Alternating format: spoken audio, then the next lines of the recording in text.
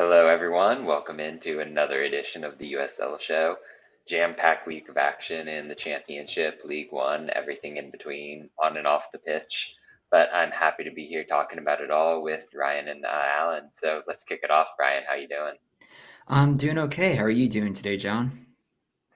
Yeah, I have been better. I was obviously swatting at a fly before we started. I've got a bathroom leak that they're gonna have to replace all of my drywall.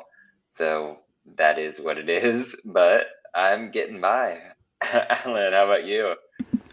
Doing all right. I mean, it's great to be a San Diego sports fan these days.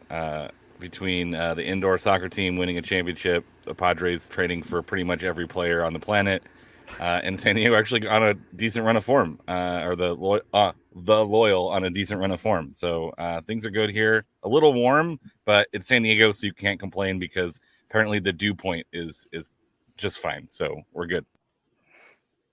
Man, that Soto trade was something, though. I mean, kind of a steal, you think? Yeah, and I think Padre fans by the early morning were like, we're closing in, which means the Dodgers are going to get them again, get them. So Padre fans are like under promise, over deliver to themselves a lot. So it's like we always expect the worst, and so when the best happens, it's even more exciting because you're like the Dodgers are definitely getting them. Yeah, probably really wheels and deals, but we should get into it a little bit with the things that went on in the past week, and starting off with the championship. How about Ryan? Surprise, maybe something that you could claim as a told you so from the past week in games? I don't know. It seemed like a pretty exciting week. I think we should at least open the show with talking about Sacramento's advance to the U.S. Open Cup final and basically a all-time best like penalty shootout for the ages for this competition. And to meet Orlando City in the final, I believe Florida is hosting the Open Cup final for the first time ever. Now, that is a fun fact for sure. Yeah, just, I mean, thinking about that shootout with Malik Foster, the cheekiest Panenka you're ever going to see, the backflip to go with it. Rodrigo Lopez sealing things at the end, which in his third stint to a Sacramento after leading them to that inaugural title, he embodies everything that is the Sacramento Republic, and it's really beautiful what they're doing right now with him at the helm of it. Yeah, it was as someone who's not emotionally invested in really in either of these two clubs, and as a fan of Western Conference teams, Sacramento tends to be on the not very popular list because they do play an aggressive style of footy, and it does lead to people being mad. I was actually really enthralled by this match. It was fun, it was engaging, and you know, I usually say I hate PKs to decide a game, but this one was actually like a really exciting penalty kick where you just they were really well taken. Um, and then that Panenka was just like, I thought he mishit it. I was like, oh no, this is how they're gonna lose. And then I was like, oh no, he definitely did that on purpose, and it was a little bit rude. Uh, I I would have loved to have seen this final in Sacramento. I think that would have been really, really, really magical. But it's in Florida. People have to go there. It's gross, but no offense, Florida. I guess I don't know. But I would have loved to see this in Sacramento. The fan base there, the crowd, the energy was super infectious. You can feel it through the TV, and so what a great way to wave some middle fingers at MLS from Sacramento to say, "Hey, remember when?" It is a little bit of what leaves a bad taste in your mouth with San Diego Wave doing so well down here. Is that could have very well easily also been in Sacramento as well. So as a San Diego sports fan, you feel bad because the team was kind of yanked out from under them up there, and this is kind of a really fun journey to watch them go on. And it's the first time since when both teams were in USL Pro in 2014. They played each other on, I believe, like July 17th of that year that they've played each other again now here in the final. It should hopefully be a great crowd, but it's just wild to think that these two teams were at one point USL champions before one moved on to MLS and another still continue to be one of the best organizations run in USL. Yeah, I think just looking towards that final from the sporting side of things, obviously because of the work I do with Sacramento, I've been watching a good bit of Orlando recently. This is a pretty beatable side. They, last I checked, were sitting in a playoff spot in the East in the MLS. And if you look at the numbers behind that, their expected goals are really poor. Their goal difference isn't all that. And stylistically, they're a team that has some really clear traits of like bombing their right back way upfield irresponsibly. That, given how adjustable Sacramento has been in these games, wouldn't really bet against them. And I know going down to Orlando is a tall task, but I really feel like they could get this thing done. And you're correct. Orlando is currently 5th in MLS at the time, and I believe they just had a rather surprising loss to a Wayne Rooney coached DC United as well. DC United featuring Sami Guediri of Loudoun fame in the lineup, and then Kamarni Smith, who started the year with Loudoun, getting the assist on the game-winning goal. So we may have given up on the playoffs hopes, but we do love Loudoun on this podcast. Can we petition for Orlando to wear the 3 lion head crest as a throwback kit for this match? Is that something we can? I think that would be like, it would make the matchup absolutely perfect. Like just the little kiss on the top is Orlando wearing the old crest that we rated so highly on this show. And this honestly should have been the 2014 final if Orlando didn't lose to the Harrisburg City Islanders that eventually made the final that year. Amazing. Alan, something that caught your eye from the rest of the USL action? The wild inconsistency of the 3 sparks. I had my bone to pick last week, although I wasn't able to make the show, with Birmingham get like Tulsa's first road win of the season and then going out and just hammering Loudoun and then not doing well against Hartford. Pretty inconsistent. This team obviously has the ability to beat some teams, but if Birmingham wants to try to fight for a home playoff match, which they still are within reach of getting a home playoff match, they need to figure out a little bit more of this. They won against Hartford, but did not look good. Start to get a little bit more consistent play and not look terrible. And so I'm going to unplug a little bit of consistency is boring. I'm going to plug a little bit of Kaler's work since he's not here. He's had a lot to say about these 2 matches. That was the one that was a little bit surprising. And then you got to go with Phoenix Rising 4-0 over Colorado Springs. I think earlier in the season, I was saying Phoenix fans, don't panic, don't panic, don't panic. It got really ugly for a while, but you wake up after 3 draws in a row and a pretty nice win, and you look and it's 4 points to a playoff spot, and it's Vegas. El Paso is kind of sputtering right now, 3 losses in a row, and then all of a sudden Phoenix is like, we can get that 6 or 7 seed, and then that makes a really, really tough first round matchup for whoever gets them. So I think those are the kind of the 2, Birmingham being inconsistent with their ability to play well, and Phoenix slowly putting things together is kind of the 2 things that really stuck out to me this week.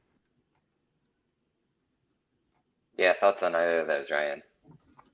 Yeah, it's interesting when you look at Phoenix Rising that they still have games in hand, especially over Oakland and Los Dos, who are right above them, that they could find themselves back into a playoff spot, which would provide a really tough task for any of the teams that they would match up against in the first round. I mean, you have San Diego and a Colorado Springs team currently 2nd and 3rd in the West right now that can make it a very winnable game, but on the other side, you just have to feel for Colorado Springs. Like, it was a team that began the year so well. It was basically a large pick to possibly win the West or at least be top 2. And now it's a team who's now 10 points adrift to San Antonio at the top of the table in the Western Conference, that they're basically kind of holding on to being a top 2 team at the moment, or potentially even dropping down to 4th.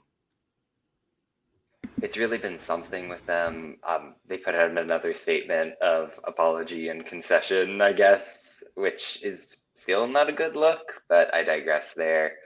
The big thing for me definitely is Phoenix out of this whole mess of games where after they struggled so mightily defensively for a lot of this season, they haven't given up a goal in more than 360 minutes. They look nigh impenetrable at times. I did the tactics show video today about Darnell King swapping back over to left back, which was traditionally his spot in a lot of the places he's played previously, and even in Phoenix for a spell. But that's been an area where the Rising have continually given up goals. He's added solidity there. I think getting Sejas back in the lineup was good. They got JJ Williams scoring on his debut. It feels like the momentum is really in Phoenix's corner to make a run at this in the playoff race, especially when El Paso's been a mess. You can't really have confidence in Galaxy 2 or Vegas to stay ahead of them. I mean, my playoff odds say it, and I think the eye test would match that Phoenix might be in the driver's seat there. Yeah, the one thing to point out about Phoenix too is the run into the end of the season. The last 5 games is away to Monterey Bay, away to Sacramento, home Baby Bowls, away to RGV, and then home to Atlanta too. Like, there's like, I would put 3, 6, 9 points at minimum there if they're playing the way they're playing right now. Like, they have a pretty favorable schedule into the end of the season. So this is going to be a wild ride. This is going to be, I think, a little bit more fun than maybe the East is. Like, this Western run in with Vegas, El Paso. I think Sacramento is going to end up probably with a home playoff game at the end of this, if the Open Cup is any indication. But Los Dos plays well. Oakland's always feisty at the end. This is going to be a really fun run in to this like 6-7 spot in the West.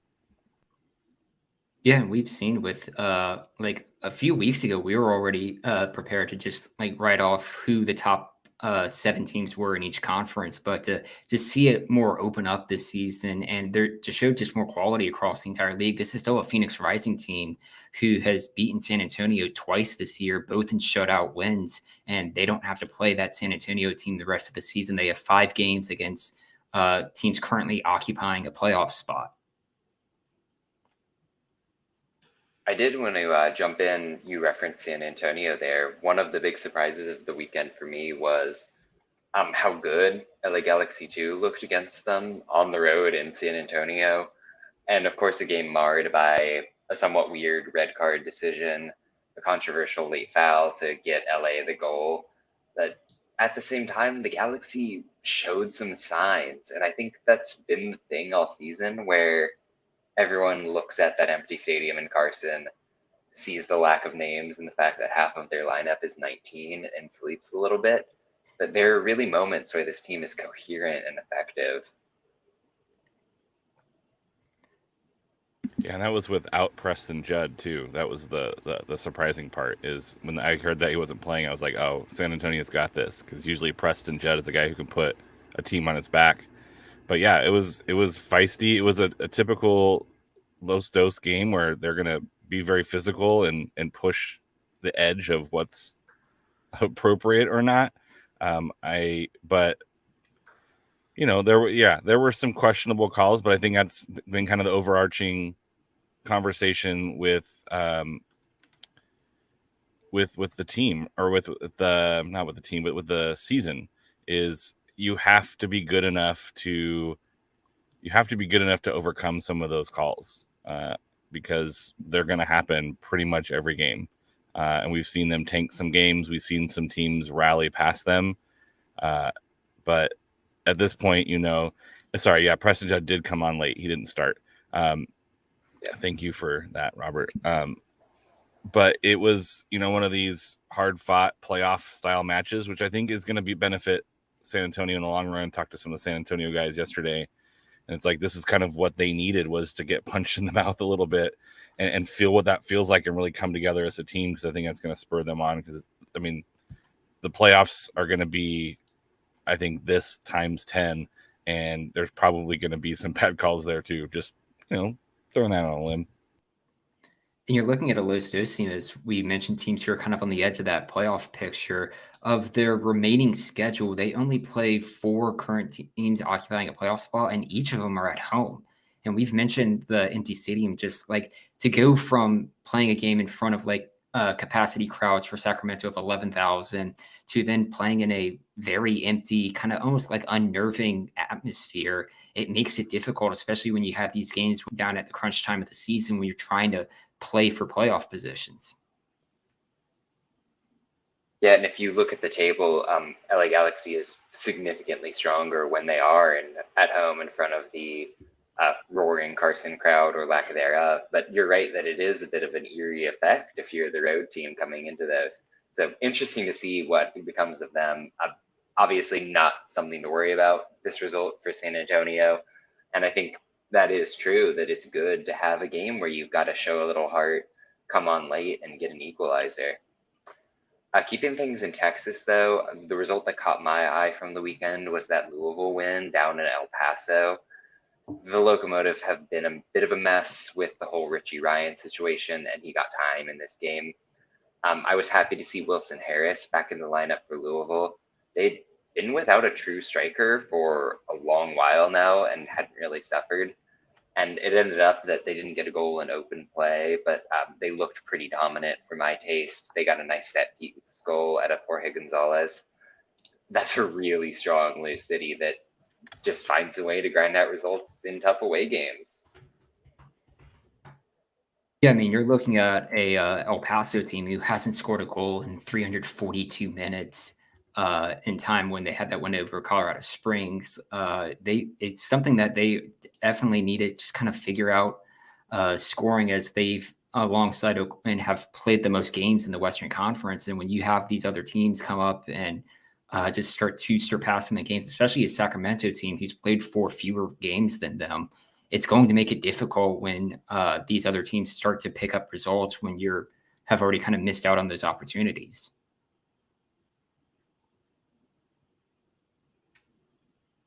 Yeah, any thoughts there, Alan? There was a discussion on Twitter with Nicholas Murray last night with some San Antonio fans, and he was just pointing out how good Lou City and Tampa Bay are. And I think sometimes us West Coast people forget about that because we are so focused on the Western Conference. But Lou City and Tampa Bay are no joke. Tampa Bay, what's amazing is Tampa Bay did not start out the year well this year. Like, I think maybe some people kind of forget because it's like Tampa Bay and they're always good. But the fact that they're kind of right behind Lou City and really pushing Lou City to play well just speaks to how well Tampa Bay is playing right now. But this Lou City side is pretty dominant, and it'll be a miracle, I think, to see Lou City and San Antonio in the final, because like it's usually not that clear cut, right? There's someone messes up in the playoffs. But I'm very interested to see a playoff head to head with the San Antonio defense versus this Lou City defense, because both of them are pretty darn good.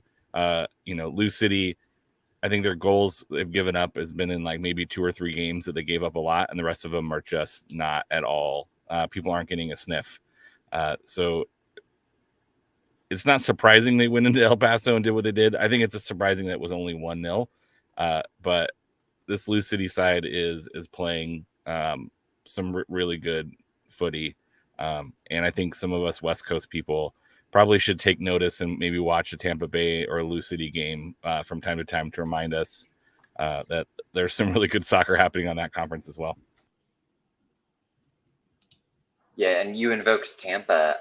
They haven't lost since April 30th, which is kind of incredible to think about. And they've done it mostly with Sebastian Guenzati sitting on the bench, though he did start this recent game against Indy. Hey John. Hey John, really quick, who was that lost to? I forget. Who they play April 30th? I don't. Oh, I don't know. Could you tell me?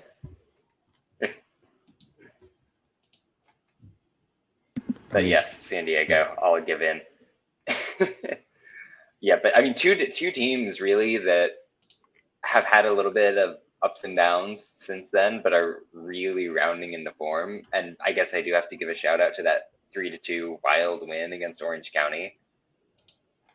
Two Milanowski banging goals for Orange County, but San Diego the better side for sure. Has stat guy Ryan, has there ever been a Golden Boot winner for the last place team? I'd have to check. That'd have to be just more one of those like impressive feats of the league. But I'd have to go back through and just kind of check just previous Golden Boot winners.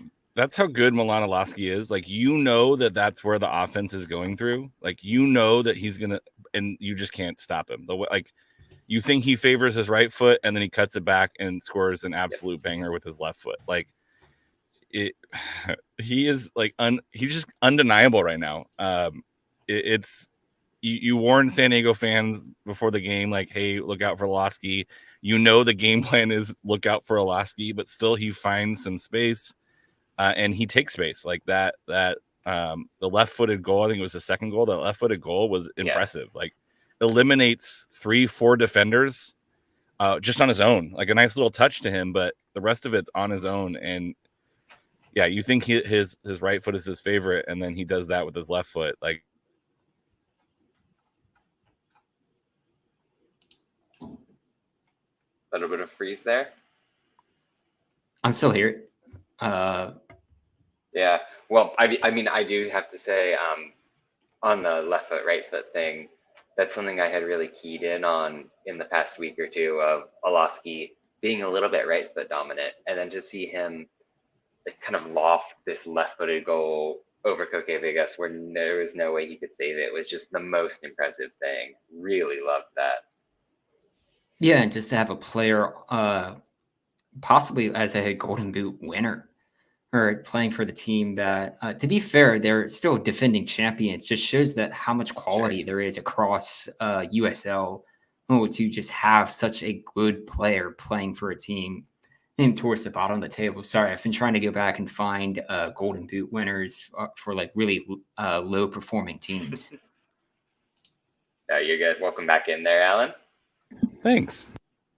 But it is incredible that Orange County is now dead last in the West. They're Monterey is ahead of them by a point, and they've got 2 games in hand. Like, it's pretty dire for Orange County right now. And we talked about it some, but I think it's kind of hard to say enough about the fact that the defending champs are doing that poorly.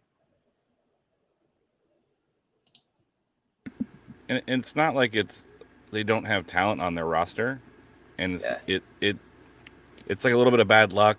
It's a little bit of teams getting hot at the right time against them. It's some injuries to, Robbie Kiernan's not there anymore, or he's injured. And, your midfield isn't quite as strong as it used to be. And then Robert points out that they'd be near the playoff line in the East. But it's just one of those like weird quirks of USL that they're not like terrible. It's like watching them, they don't play poorly all the time, and then they lose some really close games, or they draw some really close games. And if they get, a win instead of a draw, or a draw instead of a loss in a couple of matches, now you're like looking at them like Oakland Roots.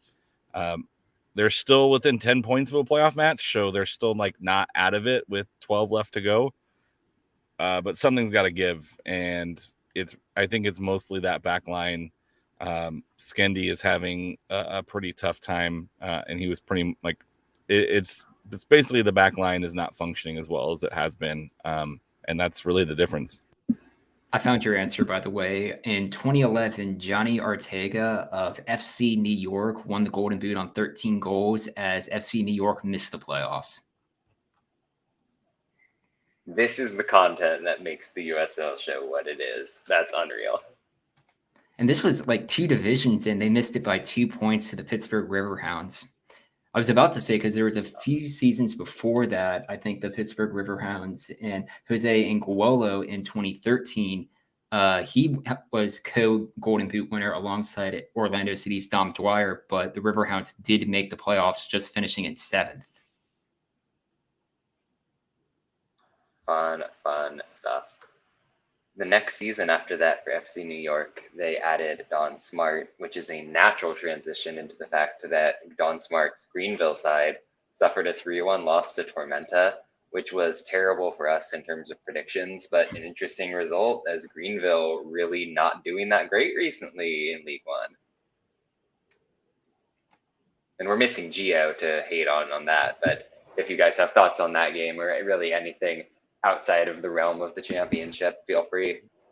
I mean, it shows with League One that we've always said it's just so competitive to try and predict. Like last week, we had a shout out to Kaler, who had every single USL championship game we predicted correct last week, but he missed his lock pick of Greenville. And if you're looking at teams within the playoffs, the team basically on the best run of form is South Georgia with 3 wins in their last 5. No one else outside of that have more than 2 wins in their last 5. Yeah, we're starting. Oh, go ahead. We're starting to get a little bit of separation between kind of the better form and not, but it's still like if you just pull up the League One standings, it's just utter chaos. Like there's teams with multiple losses at the top and teams with multiple wins at the bottom or toward the bottom. It's really kind of a parity league right now where there's not anyone that's super dominant.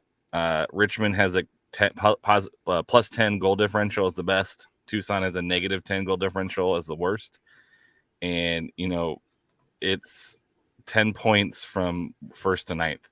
So it's absolute chaos, and it makes predicting what's going to happen like near impossible, because you think a good team's going to, hey, we're on a good run of form, but then that's when they like trip up. Like Greenville had been doing all right, and then they decide they don't want to win anymore for a game. So it's been very difficult to predict because you don't know which team is showing up.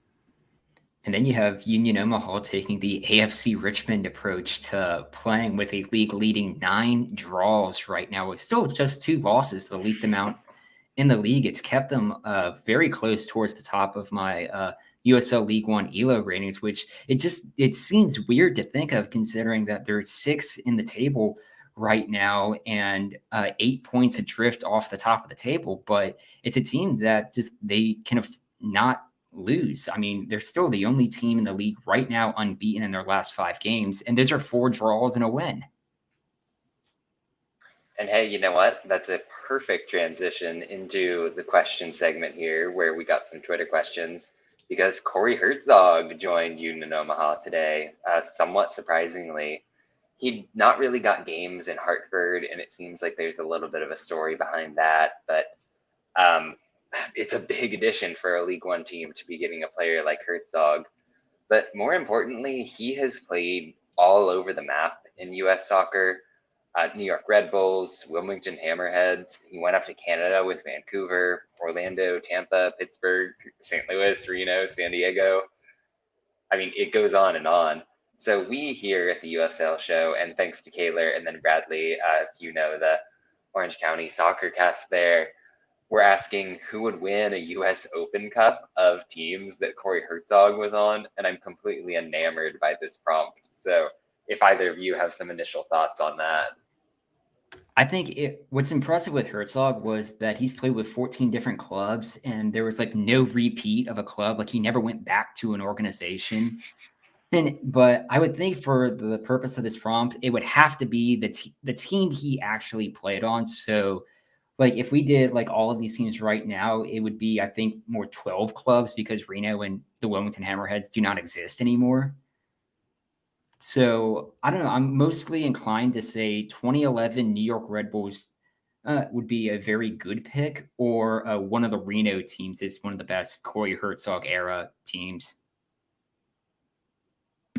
Yeah, I think that's where, like, just on a cursory read, like, not doing a ton of research about who is on these teams. I mean, that St. Louis 2018 team might have been a decent shout. But I think one of those Reno 1868 teams would probably do pretty well, particularly the way he liked to play. 27 goals in 53 games is pretty good. You mean that 2011 Red Bulls team, maybe not Hertzog's best performances, but maybe a better team. But I think if it's the Corey Hertzog Open Cup, Corey Hertzog would have to play in all of these games, right? Like it would be like on FIFA where Corey Hertzog is actually on the pitch. But yeah, the one that stood out to me like right away, just on a glance, was one of those Reno 1868 teams.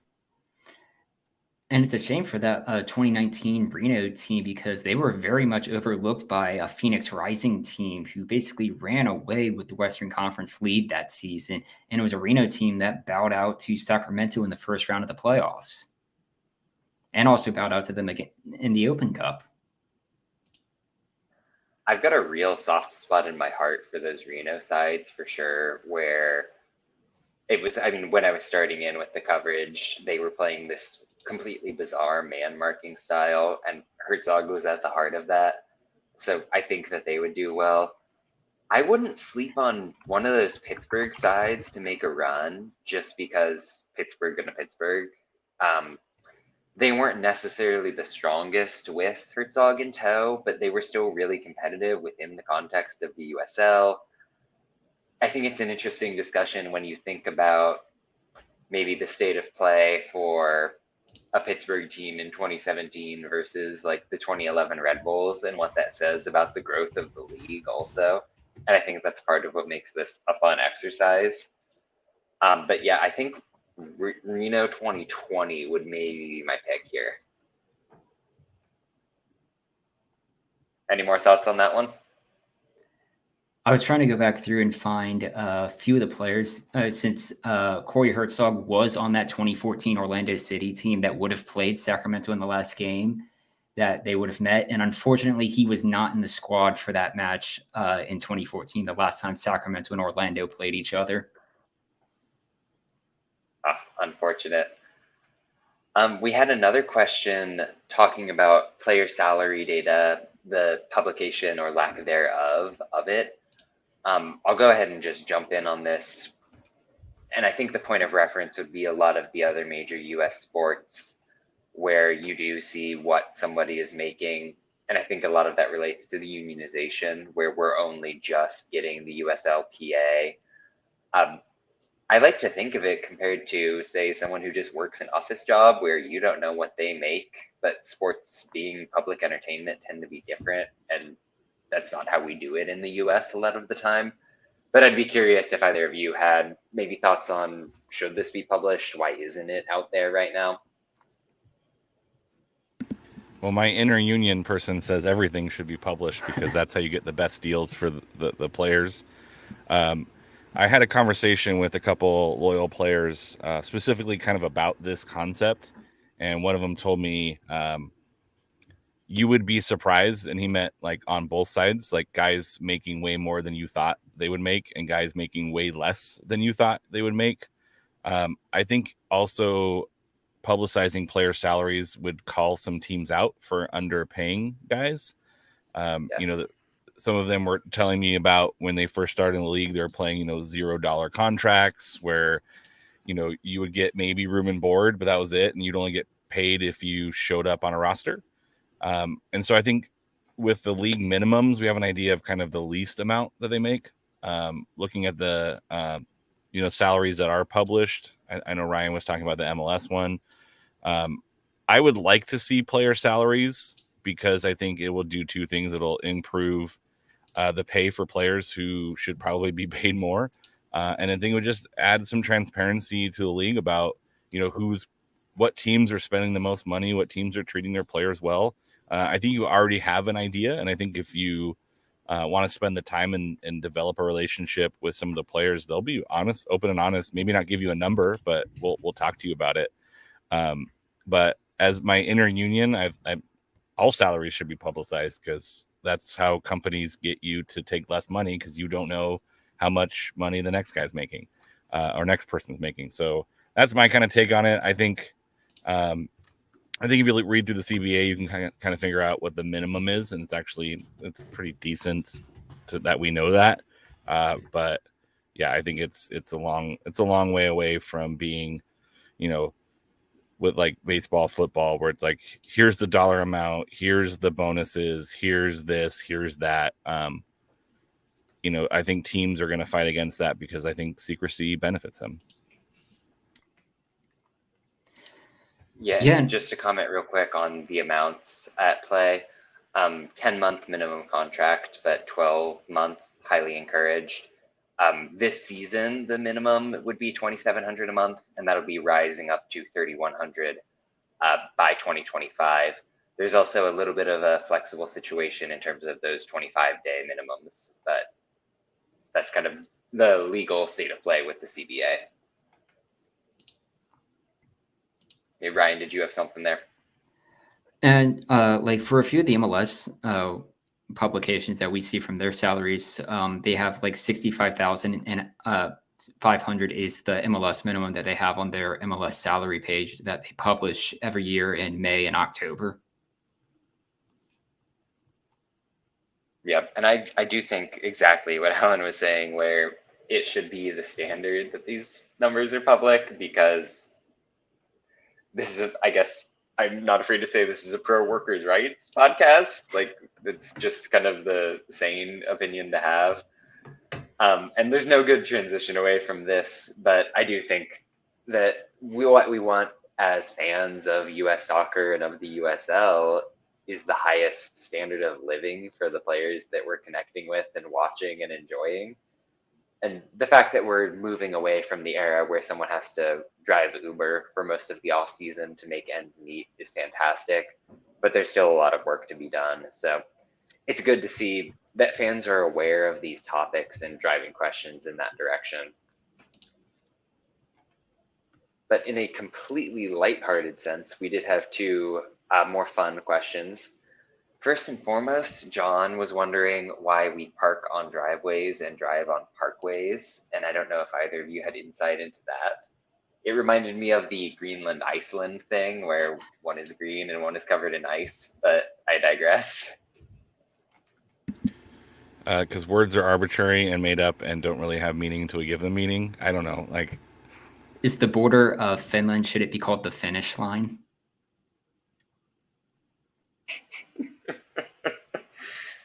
Amazing stuff. And I am just going to move right away from that one because we have no good answers into the real meat of this podcast. And that is the question from the Steel Army, the Pittsburgh supporters, to rank the Teenage Mutant Ninja Turtles. Whoever wants to bite at that. yeah, so I grew up in like prime old school Ninja Turtle land, like the Nintendo video game. We played that all the time. I always liked Michelangelo because he was always like the fun loving one.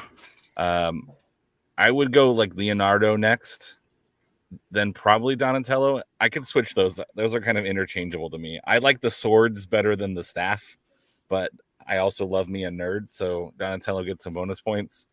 And then I was talking with Ryan earlier, and I was like, I would literally put every single character from the Teenage Mutant Ninja Turtle universe above Raphael. Like, if Raphael was like a soccer player, Rick Schantz would kick him out of the Phoenix locker room because he is just the wrong kind of attitude to have. Just see you later, buddy. We don't need you dragging down the team. So that's how I feel about the Ninja Turtles. I always loved Michelangelo because he was like the carefree one. He loved pizza. I love pizza. Leonardo was like the leader, so he had to be more serious. Donatello was like the nerd, and I was like, I connect to him, but I also like don't want to be him. Like Michelangelo was like the kid I wanted to be. Donatello was like the kid I actually am.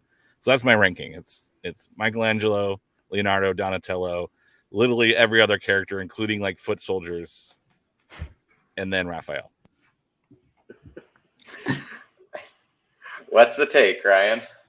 Donatello was always my personal favorite. Just if you're looking at all the characters, just having the bow staff, I thought was just so cool of a weapon to choose. And when like you have all the usual like for the katanas, the sai, and the nunchucks, it's like the bow staff was just so cool. So Donatello was always my favorite. Then I'd have to put Michelangelo, Leonardo, and then Raphael as well.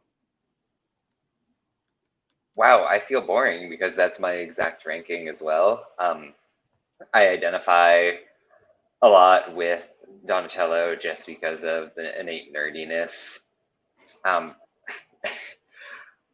mean, yeah, nothing more to add. I think Ryan kind of summed up everything. Yeah, we would love it if you're listening back on this to hit us up with any hot takes you have on the Ninja Turtles. Where are you guys at on Splinter? I mean, I liked him, and I like what they did in like the live action movies where they like he was like the parent, but he was also like he was in on the joke some of the times. I appreciated that kind of Splinter.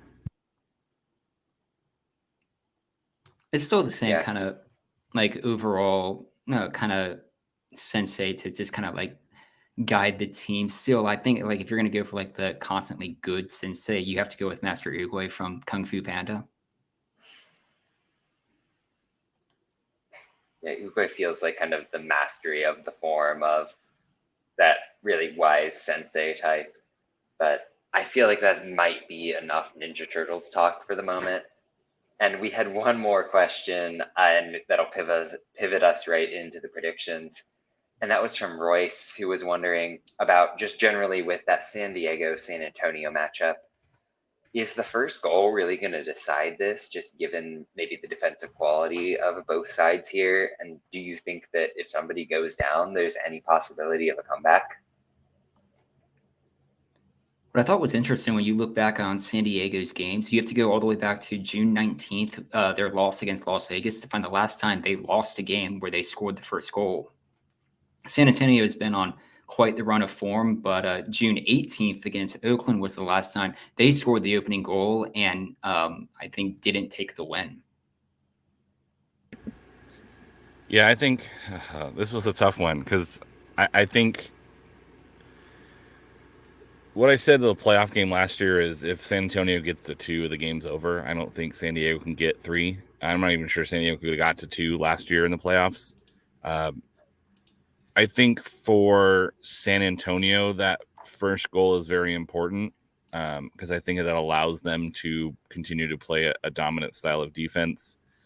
I think if San Diego gets the first goal, I think it makes San Antonio uncomfortable. So I would say that first goal is super important in this matchup. And then the second half of like who would come back is like I was like, oh, it's San Diego. They have a really good offense, but then it's also San Diego also likes to give up late goals to drop some points. And so I really think that if San Diego goes up early, it's less deadly for San Antonio than if San Antonio went up first against San Diego. I think is my answer for that one. Yeah, and I completely agree with that. San Antonio obviously is more aggressive in how they press when they don't have the lead. They're able to sit back and really kind of block it out in that back five shape that's so lethal for them. The rise of Saad Abdul Salam has been interesting in that regard because he's really more of a center back playing wing back. And so when you have that lead, you're adding that much more stability and defensive sense into that team. San Diego is so dynamic, though, that I almost feel like they're more likely to go out and get a quick goal, if that makes any sense. But I do think it was an interesting prompt just because these teams are very unique and have such strong identities. And I think that you can lack that a lot of the time for some of the middling sides. And I think that's part of why they've both been so successful in the West this season. I think the other thing that's pretty interesting about this one is San Antonio is by far like the best away team in the West, like a half a point more per game than New Mexico and almost a whole point more than second place Colorado Springs versus, San Diego is just barely a better home point per game team than Sacramento and San Antonio. So this is really going to be, I think if this game's in San Antonio, it feels much different. I think being in San Diego is going to benefit San Diego a little bit, but San Antonio is a very good road game. I think 10 wins, 2 losses or something crazy like that. So it's really going to be the opposite of Ryan's a movable objects meets a movable object force. stoppable force. It really is going to be like two teams that are really kind of San Antonio being a very, very good away team, San Diego being a very, very good home team. It's either going to be really fun or like super boring, and I hope it's really fun. Well, with that, I do think it's a good time to pivot into the predictions, and we've got that on the map this week. So, Ryan, where are you going with it? You have a San Antonio team who the last time they were shut out in a road match was on June 4th. That was when they were in the middle of a very brutal 5-match road swing. But I do think that is a very still good San Antonio team out here. But just with the form that San Diego has been in, and the Los Dos loss notwithstanding, they've just scored goal like the last few games. They've had multiple goals scored going back to that June 19th game. I think I'm more inclined to say that this is going to be a draw, but I want to say it's going to be a good match to watch. Yeah, Alan. Oh, we're going right into predictions on this one? Oh, yeah. So I think if this was in San Antonio, I think I'd feel differently. But this being in San Diego, I think San Diego has a little bit of an edge. And I think San Diego manages to get 3 points out of this one. Although I would not be surprised if this is a draw. But if I don't say a San Diego win, I think people will come at me with pitchforks on Saturday. And I don't want that to happen. Yeah, I went with the loyal as well, maybe against my better judgment. I think that the quality, the composure that they have in the midfield with like your Colin Martins, your Charlie Adams, Guido, obviously, is pretty uniquely able to bear the pressure that San Antonio brings. And I think that's going to make the difference at the end of the day. But before we get to that one, in terms of the actual match week, we do have a Wednesday night game between New Mexico and Sacramento Republic. So, Ryan. Sacramento obviously coming off the high of the Open Cup and a very good 4-2 win over Charleston. Like looking back through some of their past games, that's the highest scoring road match they've had this year. But it's going to be an interesting month ahead for the Republic this week. And then I think in 2 weeks, they have another Wednesday, Saturday swing it's a really jam-packed month for 6 matches to be played. So it's going to be interesting to see how I think they would approach this game, especially when you're looking at a New Mexico team who's coming back from their own East Coast road trip. But aside from their win over Phoenix, they don't score that many goals at home. Outside of that Phoenix game, you have to go all the way back to March 30th to find the last time they scored 2 goals at home in a match. So I think this could be a really tough match for both teams. So I'm going to pick a draw here. Yeah, I agree. I think, something has to give at some point with San Antonio or Sacramento. Sorry, I'm still in San Antonio mode. With Sacramento, I think New Mexico's a pretty quality side that will probably want something out of this match as well, particularly how well Sacramento's doing. So I don't see I see a draw on this one too. I went draw just because New Mexico has the home game. But boy, they got played off the pitch in the second half against New York Red Bulls too, which is something you never want to see. Meanwhile, Sacramento came into Charleston with a very rotated squad. They brought on some of their regulars at the end, but to get that result and to give your best players a rest gives them a bit of momentum. They still can't score, which is an issue. I know they got put 4 on Charleston, but it's Charleston. So draw for me, I'm saying. We've got an interesting matchup at the Mike as Indy is hosting Pittsburgh, also on Saturday night. Where are you at on that, Ryan?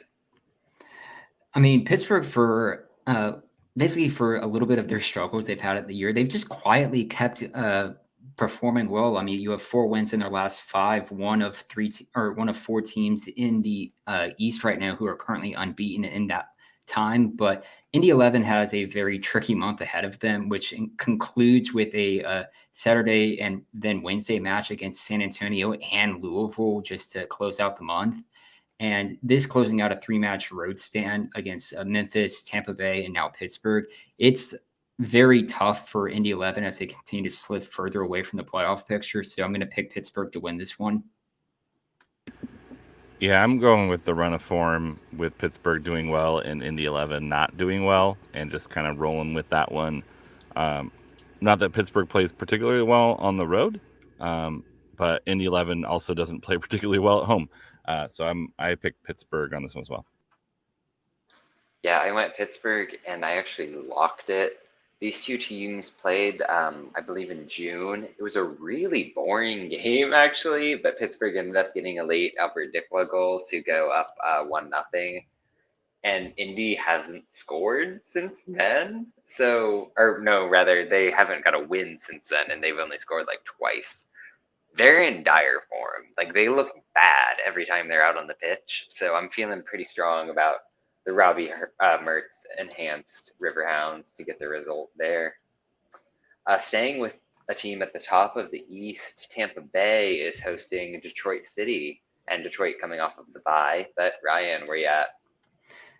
I mean, Tampa Bay just Eastern Conference leaders in goals as Alan San Diego Loyal is the current league leader in goals. They've just been like on undeniably good form recently. If you look back over their last just run of form, it's been multiple goals in a game dating all the way back to June 18th. It's just really tough to go up against Tampa Bay and especially do it at Al Lang. So I'm going to take the Rowdies to win and make it my lock this week. Yeah, I went with the same answer, Tampa Bay and a lock. Just ride that hot hand. I think Tampa Bay is very good. And I think, I think it'll be a nice, fun game. I think Detroit City still has some stuff to prove. Especially a away game against Tampa would be a good place to prove it. But I think Tampa Bay just keeps continuing to roll, and I lock them. Yeah, I'm feeling strong about Tampa getting the win here as well. I'm hoping Detroit comes out with a good performance. I'd be curious to see if Cy Goodard, the player, the Tottenham youth product, A-League veteran that they've added, maybe gets into the lineup. I don't think it'll make a difference at the end of the day because this is a really good Rowdies team. So that was the result for me. Moving over to a bit of interconference action, we've got another New Mexico game as they're taking on the Miami FC. Up to this point, Orange County with that draw 0-0 against the Miami FC on July 16th, that was their only points against a Western Conference team this year. And this closes out a 3-match road win, which has been definitely very difficult as they had to go out to Orange County, then come back to travel to Loudoun, and then now go right back out to New Mexico. It just seems like it's just been brutal travel for the club. And that's why I'm going to take just tired legs in New Mexico win. Yeah, I also picked New Mexico here. I also think the West has been doing pretty well against the East, and particularly when the East has to travel west. So I think New Mexico has enough to get over the line. Although I'm not feeling super comfortable about this, but I think New Mexico beats Miami. I went New Mexico as well here. Miami has been one of the biggest disappointments of the season for me.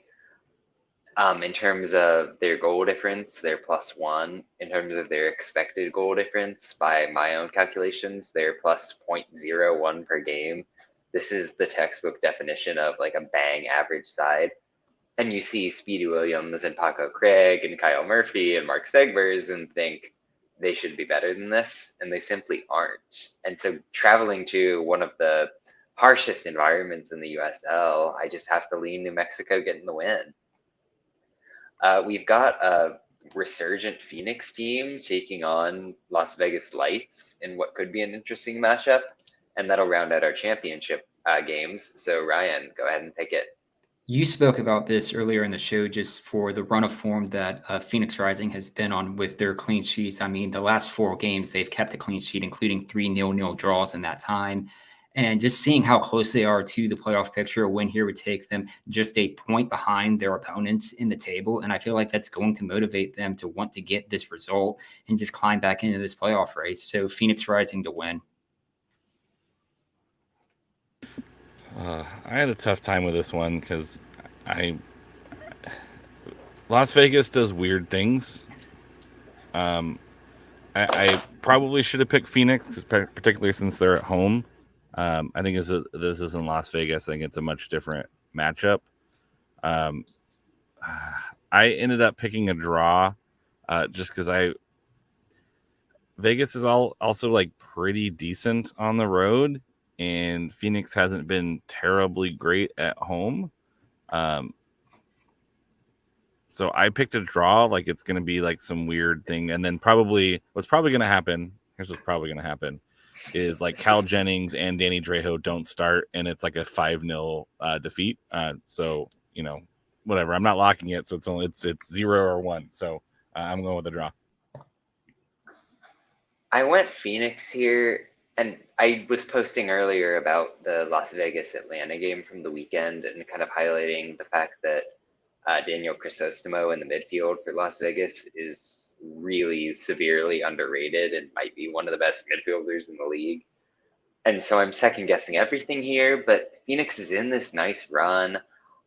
I feel like JJ Williams really adds a lot for them in that they have that target up top. And I think they're going to punish Las Vegas by really counter-pressing them hard and limiting transition. Phoenix this season never does what I expect, so I'll probably be wrong, but I think they get this win. As always, though, we've got 4 League One games to project, starting off with Charlotte against Forward Madison.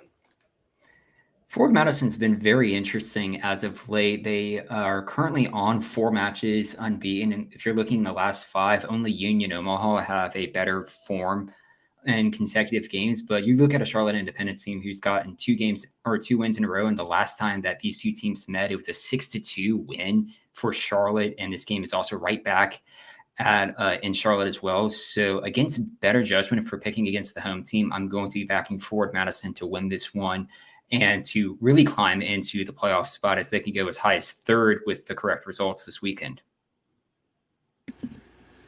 Yeah, my gut said Forward Madison, so I went against it and picked Charlotte Independence.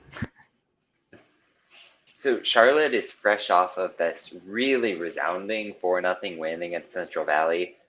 Corey Bennett got the hat trick there and won Player of the Week. I was so impressed with the way he was like interacting with Gabriel Obertan. Miguel Ibarra was looking sharp. Omar Sis, who, if anyone watched Austin Bold at all last year, was killing it for them. This is a team that's flowing in attack, so I think Charlotte might get the win here. Moving on, though, we've got Chattanooga taking on the Greenville Triumph. Triumph in a little bit of a lull, but Ryan, what are you thinking? I'll be curious how Chattanooga approaches their game against Central Valley on Wednesday, just to see how it sets the tone for how they'll approach the game against the Triumph. Chattanooga with a 1-1 draw this past week against Union Omaha, but you have to go all the way back to June 22nd and their 7-1 win over the Charlotte Independence to find the last time they beat its current playoff team. So I'm still going to say Greenville is probably the better side, and they pick up a result here. But Chattanooga is going to give them a tough game. I mean, certainly do not overlook their +5 goal differential, even outside the playoff picture. Yeah, I have a hard time picking against home teams in League One because they usually, that's like a little bit of like what separates them. Although, spoiler alert, Richmond Kickers are leading right now, which is surprising for them for on the road. But I do think after Tormenta came in and really kind of punched them a little bit, I think they have a little bit more motivation to go out and do the same to the Red Wolves. So I'm going to go with Greenville Triumph. I went draw here. When you think about what Greenville was allowing in that last game, it was a lot of transition looks to Keziah Sterling, and I think that Chattanooga can sort of recreate what was going on there. I do think Greenville is the better team, but I'm going with a draw in this one. Speaking of that Greenville Tormenta result, Northern Colorado is hosting South Georgia this week. So where are you at with that, Ryan? Honestly, I'd have to say Tormenta is probably the more informed team. We spoke about it earlier in the show, but they have 3 wins out of their last 5, the best form of pretty much anyone currently in the league right now. And I'd have to say Tormenta continues up that good form and gets the win. Yeah, I went with Tormenta as well. I think I wanted to go NoCo because they were at home, but they haven't been playing particularly well as of late. Not really inspiring too much confidence. So I went with Tormenta, especially coming after playing midweek. They're playing right now against Richmond at home. I think Tormenta does some damage there and takes it. Yeah, pretty similar logic. I did like to see Irvin Parra on the score sheet for Hailstorm last week, but Tormenta for me is just the better side at the end of the day. So I have them getting the full 3 points here, even though it is a bit of a tough road trip going from the south over to the Mountain West. One more game, though, to round it out, as we've got Central Valley Fuego taking on Union Omaha. And it's funny, Alan had mentioned it earlier in our picks, just of how many teams that are how well a USL League One team plays at home this year. And just looking at all my picks, I'm gonna take Omaha to win this one. And I realized I just picked the 4 road teams this week to win their games. And I don't know, it's just something about this Union Omaha team that just is so it's just so interesting and intriguing. The fact that they're still, like, again, 7 games unbeaten this season, 9 draws on the year, and even in my ELO ratings, they still maintain like a pretty high rating, despite not really the most inspiring of just kind of score lines here. I still think they'll get a win here against Central Valley and try and at least establish more of a foothold in the playoff spots, as they could drop below the playoff line if Fuego win. But Omaha. Yeah, I'm going to go with the fighting Corey Hertzogs on this one. I think Omaha is probably the better team. And I've gone on a limb for Fuego before, and they have burned me. No pun intended. Well, pun intended. Let's be real. But so I'm going to go with Union Omaha on this one. Yeah, make it a clean sweep of this panel, because I've also got Omaha. Even before the Hertzog edition, and I doubt he gets in this weekend, I really like what they do in that 4-4-2. They're a well-drilled side, and they just don't lose games to teams that they're better than. So, I mean, there's a realistic scenario where with that road trip, it's a draw, but I do think they get the win. And that is a wrap on the 10 predictions for this week. So kind of just open floor now. Ryan, Alan, if there's any stray thoughts before we wrap it up.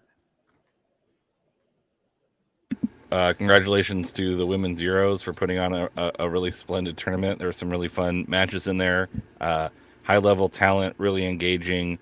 It looked gorgeous, and the atmosphere was fantastic. And congratulations to England, I guess, for winning.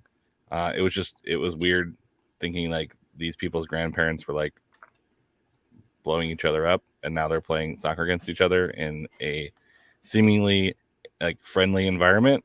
There are no like fist fights in the stands. It seemed to be a really well run championship, and so congratulations to both UEFA for putting that on, I guess, but most importantly to the tournament and showcasing women's soccer in a way that is attractive, well funded, and a package that was put together so people who are here can really enjoy it. Yeah, just echoing the sentiments. The tournament was a lot of fun to keep up with. It was fantastic to see really packed stadiums, and the 3 highest attended games of this year have all been women's soccer matches, which is just fantastic to see for the growth of the sport. And it was a really good tournament and a very exciting final as England finally brought it home.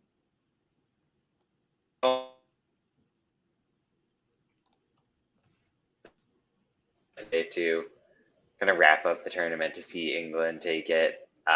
Lots of fun. Another testament to the women's game being just so enjoyable and on par for the men's game for anyone who doubts that, which is ridiculous in 2022. But I mean, we talked about Tormenta against Minnesota Aurora last week, where that was brilliant at the 2nd division in the US. So the growth of that level of things is really awesome to see, and the love that it got from the global sporting media was a step forward, I think, for the game and for representation overall. And I do think that is a good place to wrap on. Positive message for us. But as always, we're happy for anyone who has joined and left some comments, left some questions for us. We hope you do so again next week. If not, we're happy that you're listening on the podcast, and that'll be it for us. So tune in next Tuesday and enjoy the USL until then. Thank you for watching